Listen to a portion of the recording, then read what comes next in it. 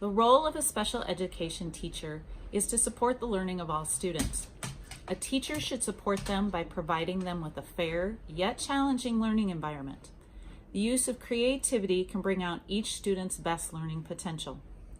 A need for improvement should drive the passion of each teacher to improve themselves and the tools to teach each of the students. By improving themselves, they will be improving the students as well, with the most current and progressive ways to teach. A teacher should plan for each student individually, yet look to teach group activities which promote social interaction and teamwork. Finding ways to practice the skills needed to effectively teach is important to the learning environment, and it is equally important to help students develop skills necessary to be successful outside of schools. Skills such as good customer service and good communication can be used in any area, whether personal or professional. As a teacher, the expectation of professionalism is something that can be demonstrated every day through appearance and actions towards the students and anyone else that has interactions in the classroom.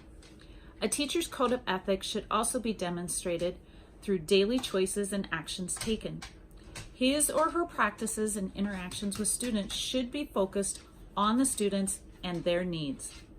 Because a teacher is just one person, collaboration with the support staff, teachers, and other resources will enhance the ability to provide the students with the best and most thorough learning experience possible.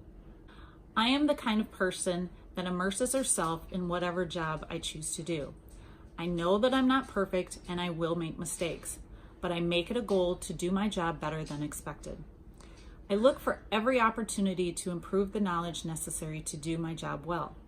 The greatest joy I receive is creatively finding a way to help a student suddenly understand a difficult concept, or when a curious student asks the question, why, rather than just accepting an answer. I am a compassionate person and I can be very intuitive when it comes to people. My goal is to use those traits to find ways to bring out the passion and ability for learning in each and every student. The one aspect that I know I need to work on is my dislike for failure. I tend to take things personally, and I try my best to do things correctly the first time. Throughout my various work experiences, I began referring to my mistakes or my errors as learning opportunities. This takes the negativity out of it somewhat, and I find I don't dwell on each mistake as much.